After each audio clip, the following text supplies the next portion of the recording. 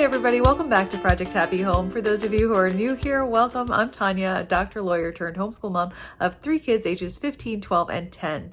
On this channel, I do a lot of videos about secular homeschooling, raising a child with ADHD, and living a more essentialist lifestyle. So if any of that is of interest to you, be sure to hit the subscribe button down below this video. In today's video, we're going to be talking about our no-buy year and just more tactics and techniques that we can use to solidify our habit of low buy or low spend or no buy for the year. So if that's of interest to you, sit down, settle in, maybe get like some notes.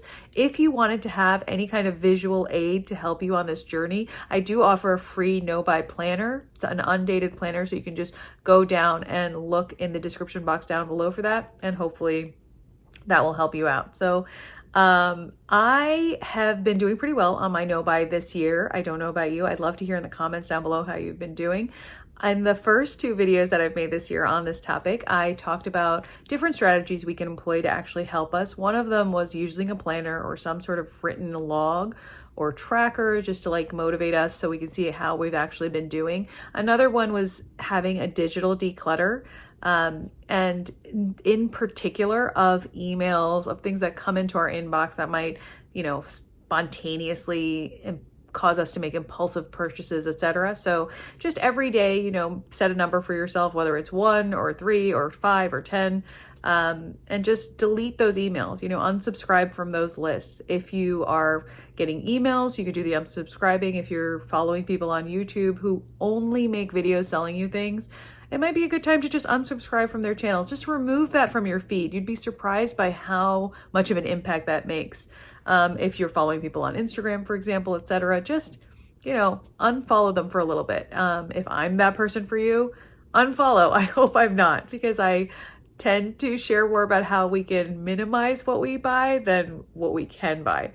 And there's many different reasons for a no-buy year, right? For some of us, it might be financial. For other people, it might be a decluttering issue. For some of us, it's both, right? For some of us, it's just a self-control issue. We might have all the finances to support this habit. We might have all the space to support it, but we recognize that it's a comfort measure that we're taking. It's something that we're doing that doesn't really serve us in a productive way. No matter what your reasons are for embarking on a no-buy or a low-buy, you should probably take the time to explore what those reasons are and really hone in on what is this buying and spending doing for you. Like, what need is it satisfying in you? Like, how is it comforting you? And is that comfort actually long lasting, or is it just a very fleeting emotion? And if that's so, then I think we can work towards tightening up the reins on that, right? So in today's video, our practical step, and this is going to be a pretty quick video, our practical step is basically to hone in on the sale mentality. Now, we are in the spring sale season right now, so there's a lot of spring sales happening for homeschooling things, for clothing, for, Amazon, for Walmart, for all of these different stores, and there's sale signs everywhere in spring. I think one of the most important things we can do for ourselves when we encounter sales is to really ask ourselves, if I buy this, am I actually saving money or am I spending money? Whether or not you're saving 25%, 30%, 40% on something, you still have to spend that 60, 75, 80%, right? You're still outputting money. I think that recognizing that saving money on something that you don't actually need is not really saving money. You're still spending money. You're spending less money than you would have, but you're still spending money. And so if you want to put sales into perspective, I would say, 1, remember that sales come around over and over and over again. And even if it's the best sale of the year, that best sale of the year will turn around next year, because that's literally what it is. It's the best sale of the year. And if you don't actually have an immediate need for something, don't purchase it just because it's on sale. It does not behoove you. That's why I always say, for homeschooling in particular, make a list, like have one spiral bound notebook of all the things you've heard of on Instagram posts, on YouTube videos that you're interested in.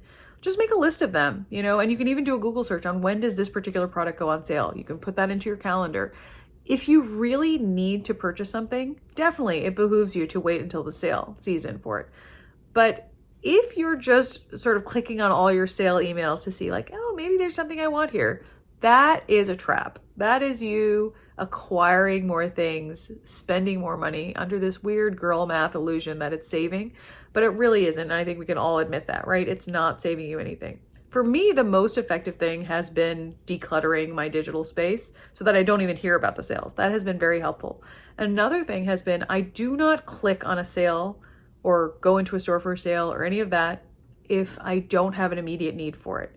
I do not stock up on things that I don't use regularly. I don't think to myself, well, you know, like this particular lotion that I use is awesome, so I'm going to buy 5 of them. Because 1, you won't get through 5 of them before the next sale rolls around, so you don't have to worry about that.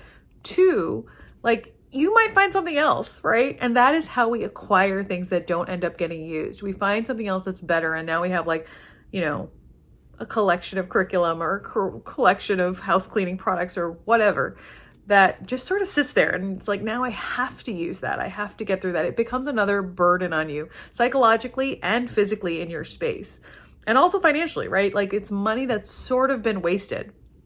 So I really challenge you to put sales into a new framework in your head. Remember that they will roll around again, invariably. If you have trusted influencers and they tell you this is the best sale I've ever seen, really ask them, like send them a message. Is this the best sale you've ever seen ever? Or is this best sale going to show up again next year? And I think reputable people will tell you the truth. Like people have asked me that before, and I say like, oh, this particular sale is actually the best sale you'll see this year, but it'll come around next year, you know? And I think that can be really helpful information. Putting that immediate gratification into its own place and recognizing that these savings will be available to you again when you actually need the item is a really good lesson to yourself. It's a really good exercise in waiting and patience and like getting yourself away from that scarcity mentality of like, this will be the only sale. This is my only time. And look at how much money I'm saving. And I'm really doing the thing. If you don't have an immediate need for it, that should be the end of your thought process there. If you are not shopping for this curriculum year, if you do not immediately need a sunscreen, if you don't actually have a need for, you know, dusting cloths or whatever, maybe you don't need it, you know? I think that there are channels dedicated, right, on all social media platforms to selling things because they operate off of an affiliate marketing mentality, which is great because that's their job. There's nothing wrong with making an affiliate commission. I'm just suggesting that all of us as consumers can take a breath, because no matter how much we like an influencer, no matter how much we trust an influencer, it's important to recognize that this is their job. So when they come out with a video saying that these are the new best spring finds, and these are the best shoes of the season, or these are the best English, you know, curricula toolbox things that you can have, consider the motivation behind the sharing. I think often if it's a trusted resource, it is to be helpful. It is things that they might use themselves. It is things that they enjoy. But the purpose of the video is to get people to purchase as many things as possible so that they can make an affiliate commission. That is one of the purposes of the video. And I say this as an influencer who myself will share videos about like what I have liked this month, or what skincare products I think are great, or what homeschool products I think are great. Again, I want to reiterate, there's nothing wrong with the business of influencing. I am suggesting to us as consumers that we take some responsibility over how we want our lives to look. And so when we see these videos, if we do not yet have the self-control to refrain from purchasing, then maybe we cull those voices from our immediate space until we get a handle on our own emotional response to that. Once you have a better grasp on that, once you have a better sense of self-control, I think there's so much to be gained from influencers. I definitely want to know what the best, you know, kitchen peeler is before I buy it. Like, I will definitely be happy to click on that affiliate link and buy the best, like, you know, vegetable peeler from someone I trust. I think that the way in which we use advice from influencers, from these emails, etc., is more important than how we feel about the influencing, right? It's controlling our own response to these invitations to purchase, these invitations to have something new. So I hope that's been helpful to you. I know it's a really simple reframing in your head, but for the next few weeks, I would encourage you to really, really pause when you see that sale message, you know? Maybe jot it down in your calendar and say like, oh, like this person has alerted me the fact that this curriculum goes on sale in April. Next April, I might need this and I will come back and look at it, you know, and this is the sale amount during April. The idea of sales being cyclical is very, very crucial to understand to be able to avoid their pull, their irresistible pull.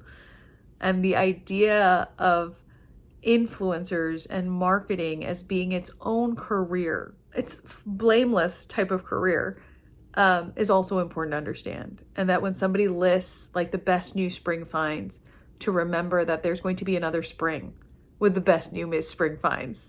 You're not missing out. This fear of missing out is like a huge thing, right? With sales and with influencers, etc. It's fine. You're not going to miss out. You don't need the new lip gloss color.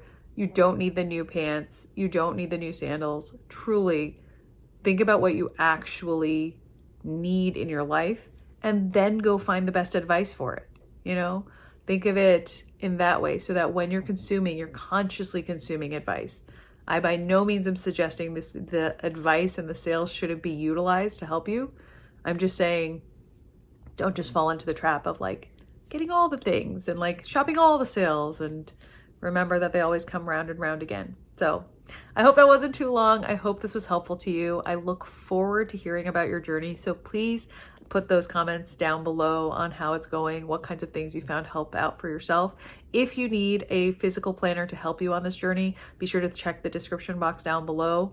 I have a whole year of other no-buy videos from like a few years ago when I did it last. So if you need more advice, more inspiration, you just need to hear somebody else on the journey, be sure to check those out. Also, I'll try to link that in the description box down below.